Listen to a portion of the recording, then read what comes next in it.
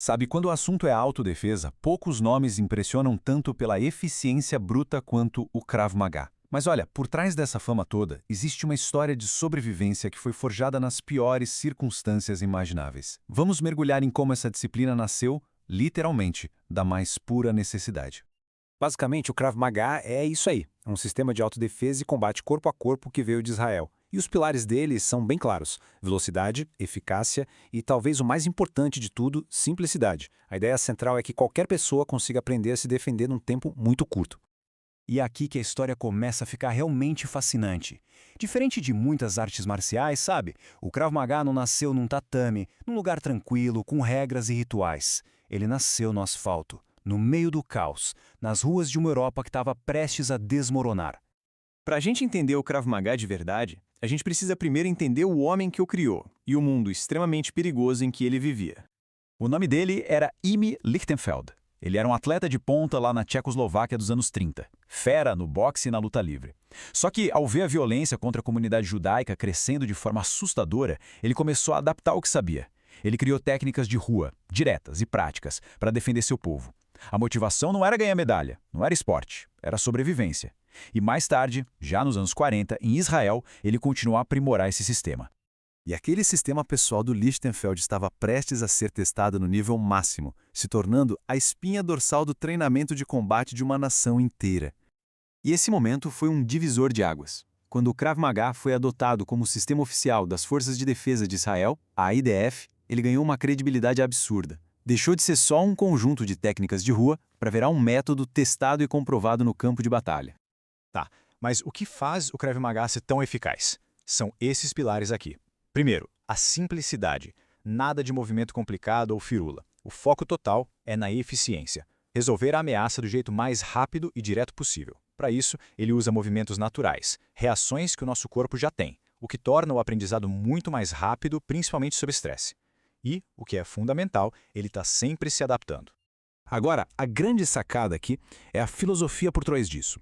O ponto principal é que o Lichtenfeld queria, de certa forma, democratizar a autodefesa. O sistema foi pensado desde o início para funcionar para qualquer um, não importa a força, o tamanho ou se a pessoa já tinha alguma experiência com luta. Bom, com uma base tão sólida e testada em combate, era só questão de tempo até o Krav Maga cruzar as fronteiras de Israel. Vamos ver como essa explosão aconteceu. E essa expansão não aconteceu por um motivo só não. Foi uma espécie de tempestade perfeita, sabe? Uma combinação de interesse militar, de pessoas comuns querendo se defender, da mídia mostrando e, claro, do trabalho de instrutores que levaram isso para o mundo todo.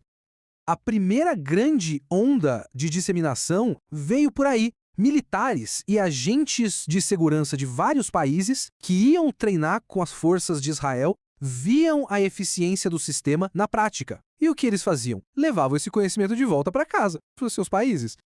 E enquanto isso acontecia no meio militar, o público geral também começou a procurar por métodos de autodefesa que fossem, de fato, práticos para o mundo real.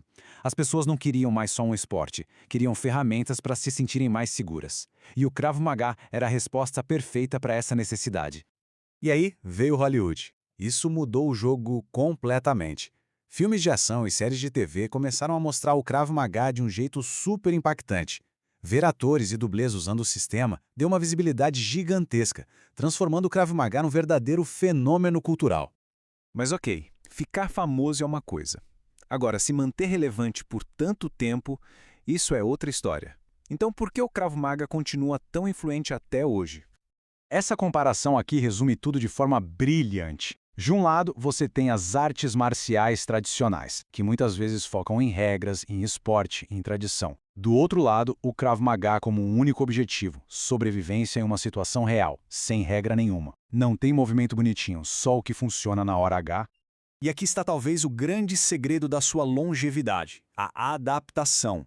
O Krav Maga não é algo que ficou congelado lá nos anos 40. Ele continua evoluindo para lidar com as ameaças de hoje. Seja um agressor com uma arma de fogo, vários oponentes ao mesmo tempo, ele é um sistema vivo. Isso deixa a gente com uma pergunta no ar, né? A história do Krav Maga mostra que evoluir é a chave para sobreviver. E isso não vale só para uma pessoa numa briga, mas para o próprio sistema de defesa. A questão que fica é, qual vai ser o próximo passo nessa evolução constante? Que jornada, hein? Das ruas perigosas da Tchecoslováquia até as academias modernas do mundo todo, a trajetória do Krav Maga é uma história incrível de adaptação e resiliência. Se essa análise foi interessante, deixe um comentário e compartilhe. Ajuda bastante a levar essa história fascinante para mais gente.